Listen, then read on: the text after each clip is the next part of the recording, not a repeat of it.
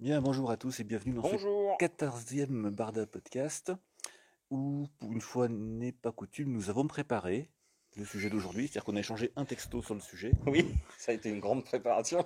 On va parler d'un cycle qui nous a tous les deux beaucoup plu, qui s'appelle Les Annales de la Compagnie Noire. Parce que la question c'était quelle est la plus longue série que tu as lue et Voilà.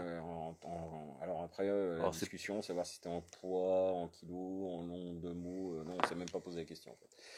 en fait, celle-là nous a plu, donc on en parle. Mm. Même Et, si c'est pas très SF, mais c'est pas grave. on s'en fout.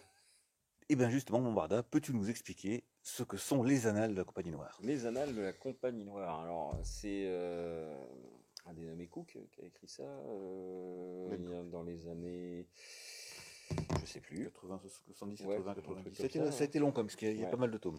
Et En français, il y a 13 tomes. c'est plutôt fantasy comme style, et ça conte l'histoire d'une compagnie, un corps franc de guerriers, donc, qui s'appelle la Compagnie Noire.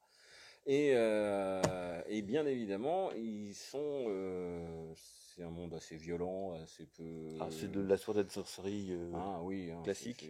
c'est pas très manichéen. Enfin, si, mais c'est un peu violent, quoi. Et là, il s'avère que la Compagnie Noire travaille, et pas forcément pour le côté clair, hein. C'est plutôt très orienté côté obscur au départ, hein. C'est un peu comme si c'était les Stormtroopers En dans fait, Star Wars. ils sont assez open par rapport à leur clientèle. Oui, voilà. Mais par contre, il y a des règles, hein. On brise pas un contrat, etc. Donc il y a quand même un certain,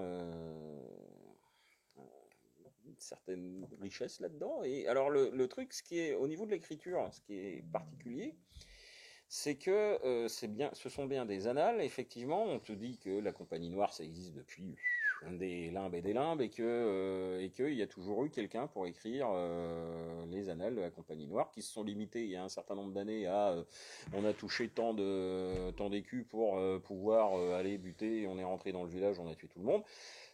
Ça pouvait se limiter à ça, et qu'en fait c'est dans les mains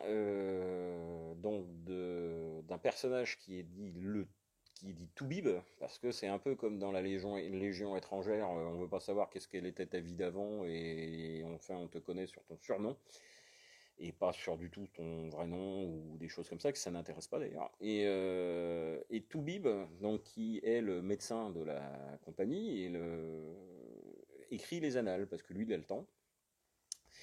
Et il écrit ça d'une façon un peu guillerette par rapport à tout ça. C'est-à-dire qu'il raconte plus, entre guillemets, les pauses, qui a triché aux cartes ce soir-là, parce qu'ils passent leur temps en planque à amener et, et donc le truc, c'est on a plus d'infos sur ce qui triche aux cartes et de quelle façon, parce qu'ils ont des magiciens, bien sûr, et donc les magiciens sont toujours tentés de tricher aux cartes. Et qu'effectivement, on te raconte tout ça, puis d'un seul coup, on dit, bah, on était en planque, on a joué aux cartes, machin a triché, etc.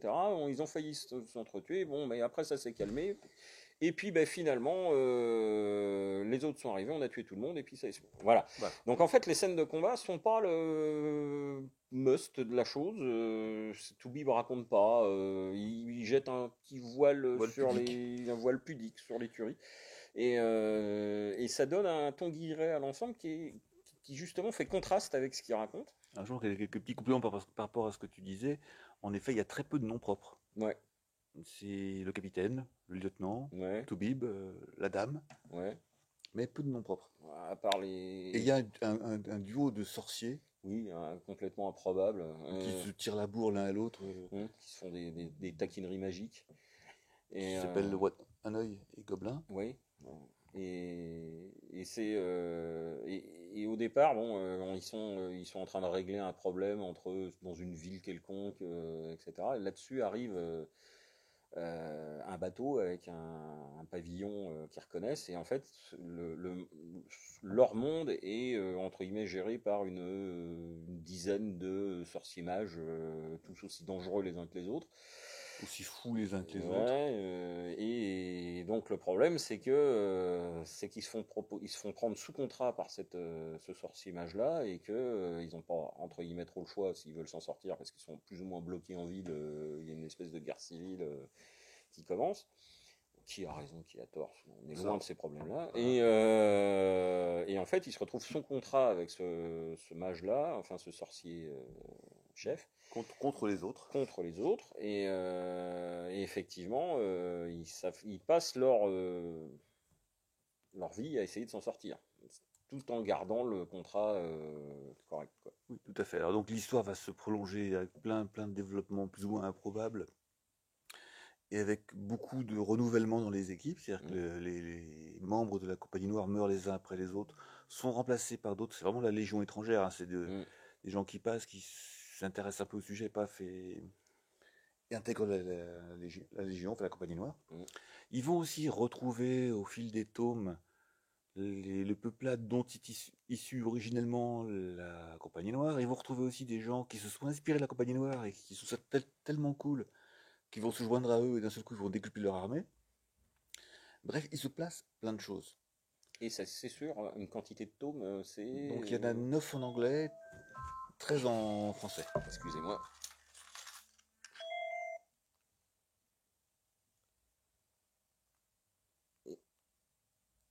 Je vais éteindre ça. Voilà. Oui, donc il y a une quantité de tomes assez impressionnante. Et on est sur du... en poche, je crois que ça monte à une vingtaine, non? Ils ont découpé une partie des tomes en deux et en version quand j'ai lu, on arrive au tome 13 quand même. Ah oui, je sais plus. Mais il y a eu une version encore plus découpée en poche, mais c'était pas en poche que j'ai lu. Et effectivement, donc on a l'impression d'être d'un truc qui ne s'arrête jamais, comme des annales. Et bon, il y a un grand creux hein, dans le milieu. Il y a quelques longueurs, faut admettre. Faut admettre. Ce qui est aussi intéressant pour le rôle de l'analyste va passer d'une personne à une autre. Toubib va devenir le patron, donc il ne pourra plus être en même temps l'analyste. Donc passera ça à un autre personnage, puis encore un autre personnage, puis il reprendra une partie du flambeau. Bref, tout ça au fur et à mesure de l'évolution des tomes, des personnages. Le narrateur change, le point de vue change, les valeurs changent aussi parfois un peu. Et l'aventure avance. Bon, il y a des grands moments où la compagnie reste très longtemps au même endroit, s'embourgeoise un peu, conquiert une ville, s'installe, etc. Puis après, on va parler quand même d'un personnage qui s'est un peu éloigné de la compagnie. Il y a pas mal de digressions. Il y a des digressions. Il y a des surveillances pour savoir qui se cache, qui essaye de faire ouvrir tel tombeau ou tel. Enfin bon, c'est. Et puis certains personnages de la compagnie ont leur propre agenda et se sont engagés dans la compagnie pour régler leurs petites affaires personnelles, pour échapper à un passé plus ou moins ou faire compliqué. De la vengeance ou pas, ou enfin bon, etc. Et donc tout ça nous amène à une somme de personnages très haut en couleur, auxquels on n'a pas toujours le temps de s'attacher parce qu'il y en a qui meurent assez vite, puis il y en a qui vont tenir jusqu'au bout. Et surtout l'intérêt, la qualité de l'histoire, c'est qu'à la fin, on sait qu'ils mènent tous les personnages jusqu'au bout de l'aventure, sauf ceux qui s'arrêtent en cours de route. Et à la fin, le dernier tome est un vrai dernier tome, puisque la Compagnie Noire va disparaître complètement parce qu'elle n'a plus de lieu d'être, et les derniers personnages vont pouvoir mener une vie tranquille. T'as dit la fin, en bref. Là. Mais, oui, c'est pas très grave, donc on y arrive. Le chemin, plein de choses. Oui, la carte n'est pas le territoire, tout ça. Et donc et là le truc, c'est que ce qui fait l'intérêt, à mon avis, de la Compagnie Noire, c'est l'écriture. C'est justement la façon dont est écrit ce qu'on disait au départ, c'est-à-dire que c'était au début c'est écrit, on s'intéresse aux parties de cartes pendant les planques, de quelle blague tel magicien fait à tel autre. On a l'impression qu'en fait on a le côté garnison plutôt que le côté épique. Hein, le plus important c'est la vie de tous les jours de la voilà, compagnie. Ouais, et puis après bon ça dérive parce qu'il se passe plein de choses, mais les combats finalement c'est pas l'intérêt de la chose, et c'est l'écriture de Cook qui a il y a une vision un peu décomplexée sur ça. Le traitement en anal, alors ça plaît pas à tout le monde, parce que j'ai essayé de le faire lire à plusieurs personnes. Tout le monde n'accroche pas. Tout le monde n'accroche pas, surtout dès le début à cette fameuse. Ils ont l'impression donc on les emmène où ils savent pas trop où. Ça n'a pas l'air très intéressant. Donc ça s'arrête assez vite, et je pense qu'il faut lui donner justement sa chance en lisant ça. Au moins, la première trilogie fait partie elle est vendue sous la forme d'une intégrale, en fait. Tu parles d'une intégrale, c'est juste le début, mais donc cette intégrale-là, il faut la lire en entier, je pense. Faut pousser un peu, et ça reste un souvenir. Hein. Quand on commence à parler alors un grand récit qui s'étale en longueur. Alors c'est pas Game of Thrones, hein, ça n'a rien à voir, mais c'est justement, il y a un côté quand même. Il y a un univers très très cohérent surtout. Mm, C'est-à-dire que c'est un univers, si on voulait y créer un jeu de rôle là-dessus, mm, tout est là. Toutes les règles de combat, la magie, comment ça fonctionne, comment les mages exercent leur puissance, tout est clairement installé. Et là, on voit aussi des mages qui ont des pouvoirs plus ou moins intéressants. Il y a celui qui sait fabriquer des tapis volants, mm. mais il est complètement fou, donc c'est un peu compliqué de les obtenir. Il y a bien sûr ceux qui savent lancer des éclairs, des boules de feu, des machins. Mm. Donc ça La massacre base. allègrement la Mm, base. mm. Mais un univers très cohérent. Et on n'arrive pas trop à le prendre en défaut, à chercher. Il va largement au-delà du roman de fantasy habituel avec le bon, Mm. les méchants, et le bon claque les méchants. Là, on ne sait pas toujours très bien qui sont les bons, qui sont les méchants. La Oui. Compagnie Noire a son agenda à elle, elle va le suivre, elle va respecter ses contrats. Par contre, ça ne la gênera pas du tout d'aller se mettre au service d'un des mages puissants Mm, et mauvais et négatifs de ce monde-là, parce qu'ils payent bien. mm. Et Et puis qui, qu'on rompt pas un contrat déjà, donc c'est par de base. et ce qui est aussi rigolo, c'est que le rôle de l'analyste n'est pas seulement d'écrire l'histoire, mais aussi de la lire. Alors, des Mm. fois, ils sont au feu de camp, puis ils vont lire les aventures de la Compagnie De Noire d'il y la a 3 siècles continueur d'il y a 3 siècles, etc. pour se remémorer les temps plus ou moins glorieux ou plus ou moins pas glorieux de la Compagnie Noire. Et une partie de l'histoire sera d'ailleurs la quête des annales perdues de la Compagnie Noire. Mm. Parce qu'évidemment, quand on perd la bataille, on n'a pas forcément le temps de ramasser tous ses bagages avant de partir. Donc ils ont perdu une partie des histoires, mais ils en ont conservé bonne partie, et ils se les relisent tranquillement le soir au bivouac. Bon, je dois t'avouer que pour l'avoir lu une seule fois, parce que c'est quand même long, et, etc. Il y a, j'ai pas, me rappelle pas de tout, et qu'effectivement, je pense que dans le plein milieu des tomes, il y a un peu du ventre mou et un peu du creux, mais ça, Alors moi, je je l'ai me eu souviens pas de l'avoir abandonné, et Non. pourtant, ça aurait pu. C'est vraiment quelque chose que j'aurais pu faire, mais ça m'a tenu suffisamment pour la finir, pour la lire en entier. Moi, je l'ai eu de façon très décousue sur la liseuse, Mm. parce que je l'avais téléchargé, mais je n'ai jamais lâché. Ouais. C'est plus que j'ai pas eu le temps de lire que pour ça que j'avais un peu laissé de côté. Mm. Et Et par ça contre, il y a prend une jusqu'au bout. anecdote, intéressante qui a rien à voir avec c'est sur la Compagnie Noire, le livre, et la façon dont Ben et moi on s'est rencontrés et tout, c'est que en fait, quand vous travaillez dans une société, généralement, les lecteurs de SF et de fantasy se cachent. Enfin, se cachent. C'est pas le De- premier truc qu'on crie dans le couloir en disant il y a des lecteurs de SF ici, etc. Et donc le truc, c'est que généralement on en découvre Par hasard. par hasard. Donc Un livre qui traîne sur un bureau. voilà, Ben et Barda d'un seul coup, mais il y a longtemps, et puis ben, finalement ah ben machin aussi il en lit. Et après il y a les clans, ceux qui lisent que de la SF, ceux qui lisent que de la fantasy, ceux qui font les deux, enfin bon, etc. Et un jour, donc on lance la Compagnie Noire dans discussion, et il y a d'autres gens, on commence à faire lire la première trilogie à quelqu'un d'autre, et qui commence et qui dit mais est-ce que vous avez la suite? Ah ben non, j'ai pas la suite, etc. Bon, à l'époque, trouver des bouquins en e-book ou à vendre, c'était pas toujours évident.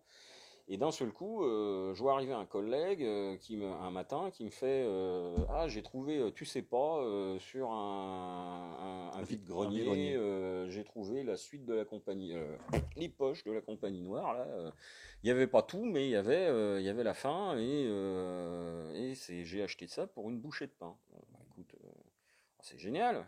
Et donc, comme lui, il en était moins avancé que moi, on se partage les tomes. Moi, je recommence à lire la fin, etc. Et dans un des livres, je trouve une carte de visite qui était à quelqu'un d'autre qui habitait 3 bureaux plus loin et en fait, dont la femme a vendu. Je m'en excuse pour lui d'ailleurs, à un vil prix sa collection de la Compagnie Noire sans lui dire. Mais bon, il l'a su comme ça d'ailleurs. Et, et donc en fait, on s'est rendu compte à un moment donné que sur un couloir de 50 mètres, on avait 4 lecteurs de la Compagnie Noire à 10 mètres les uns des autres. En fait, c'est ça qui est sans le savoir, et qu'on lisait les bouquins les uns des autres sans le savoir non plus. Exactement. Et on remercie les femmes des uns et des autres qui vendent les collections pour que les autres puissent finir. Donc Et bien, sympa. sur ces bonnes paroles, Bombarda, Oui. nous allons passer à la suggestion. Ouais, comme d'habitude. Et alors, Comme je sais que tu vas-y. n'as pas préparé, Mm. moi je vais retourner dans le vieux, Ah, dans le classique. Ça s'appelait Au Carrefour des Étoiles. là, je vois pas du tout ça. Simac. Ah, Simac. Clifford Simac, l'histoire d'un homme, de père au fin fond du Midwest américain, qui habite une maison qui en fait se trouve être un relais interstellaire où des extraterrestres passent, se téléportent et disparaissent. Et cet homme est là depuis la guerre de sécession, et puis le temps passe et il vieillit pas, la maison non plus. Et puis voilà, et puis un jour il se passe des choses. Et c'est très très bien écrit, très très bien traduit. Moi l'édition que j'ai lue que j'avais, enfin que j'ai toujours, et très bonne qualité, un bouquin que j'ai lu et relu pas mal de fois depuis que je l'ai. Moi, on en a parlé un petit peu en discutant des séries comme ça, et je pense qu'il faut essayer de lire le premier tome des 9 Princes d'Ambre de Zelazny. On reviendra sur le Prince d'Ambre une Ouais, fois. mais lisez-le, au moins le premier. C'est surprenant. Ah, mais t'es dur, parce qu'il finit sur un cliffhanger le premier, donc t'as envie de lire le deuxième. Oui, hein, c'est fait exprès. Donc, Voilà, donc Zelazny. Zelazny, Jacques 9 Princes d'Ambre. Zelazny, Prince d'Ambre. Eh bien, écoute, mon Barda, nous arrivons à la fin de cette émission et on va donc pouvoir dire le mot de la fin. Qui est évacuation.